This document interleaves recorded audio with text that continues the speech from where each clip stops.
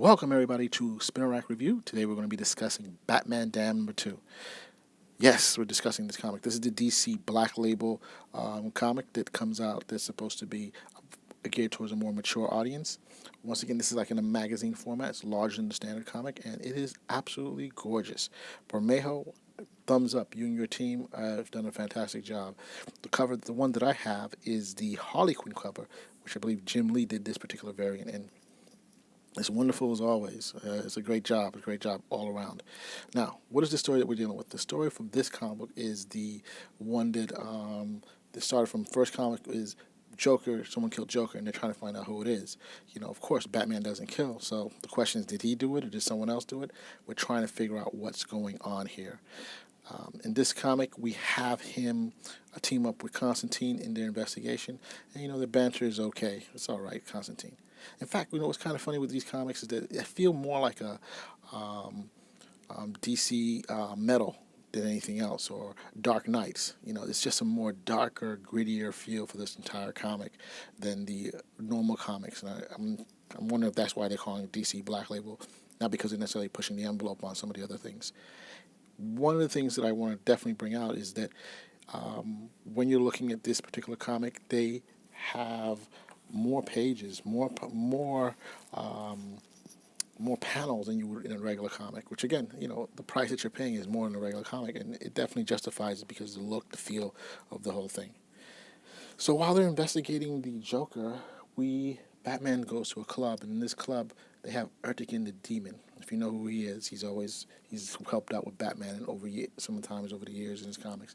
He's like a rap superstar, and him and Batman start getting into some type of argument, because Ertegun checks him out and says, "Yo, I see you, bro, I see you," and and Batman tries to threaten him, and of course all the people surrounding. There's this wonderful scene where everybody takes out a gun that's aiming at Batman, and Batman basically says, "Yo, you think these guys are going to stop me from getting you?" And he's like, "Well, no." And then he has them all point the guns at one another, and you're like, "Oh, that's so cool," because Batman's not going to let an innocent, get hurt because of him. Another thing too is that we have. Who do we have showing up? We have specters and demons and dead men showing up in this particular comic, which, again, is starting to feel like a Dark Knight comic for all I know. If that's what you like, it's good. The story is still a little jumbled. Not sure where it's going to, what's happening with the Joker investigation. We also get Harley Quinn towards the end. Surprise? Well, not really a surprise if you have the variant cover like me. She's going to show up if she's on the cover. Well, that's most of the time. So she shows up and she starts pounding on Batman, and you can go into the details about that a little later. You'll see that when you look at the comic. But, it's an interesting fight.